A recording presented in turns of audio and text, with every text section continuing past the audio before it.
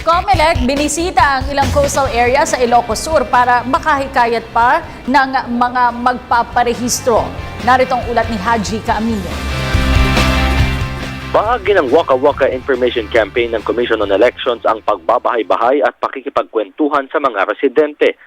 Sa barangay na ito sa Bayan ng Santa, nakisama si COMELEC spokesman Director James Jimenez sa karaniwang gawain ng mga tao. Lalaki, babae, bata at matanda, lahat ay kinausap ni Jimenez. Ayon sa kanya, pagkakataon nito upang personal na maibahagi sa mga residente ang kahalagahan ng pagpaparehistro at pagpapavalidate para sa 2016 presidential elections. Iba raw kasi ang ganitong klaseng pakikipagkwentuhan upang makahikayat kaysa tinitipon ang mga sa isang lugar lamang. Sa bawat bayang pinupuntahan at sinusuyod ng Commission on Elections ay nagbabahay-bahay sina COMELEC Director James Jimenez. Ito'y upang mas maipaliwanag sa ating mga kababayan ang kahalagahan ng pagpapavalidate at pagpaparehistro para sa 2016 presidential elections. Kagaya na lamang dito sa Barangay Bukalag sa Bayan ng Santa sa lalawigan ng Ilocos Sur.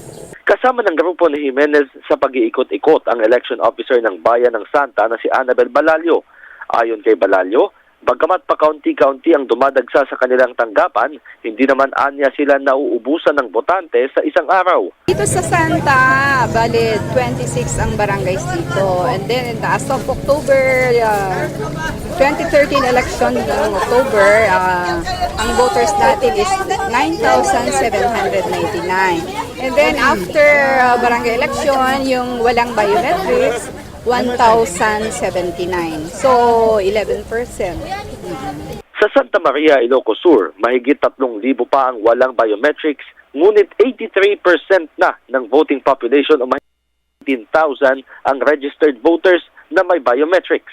Pagsapit ng deadline sa October ng taong 2015 ay inaasahan ng COMELEC na makakapagpa-validate na ang 9.6 million registered voters habang 3 milyong kabataan naman ang inaasahang magpaparehistro na para sa naturang eleksyon.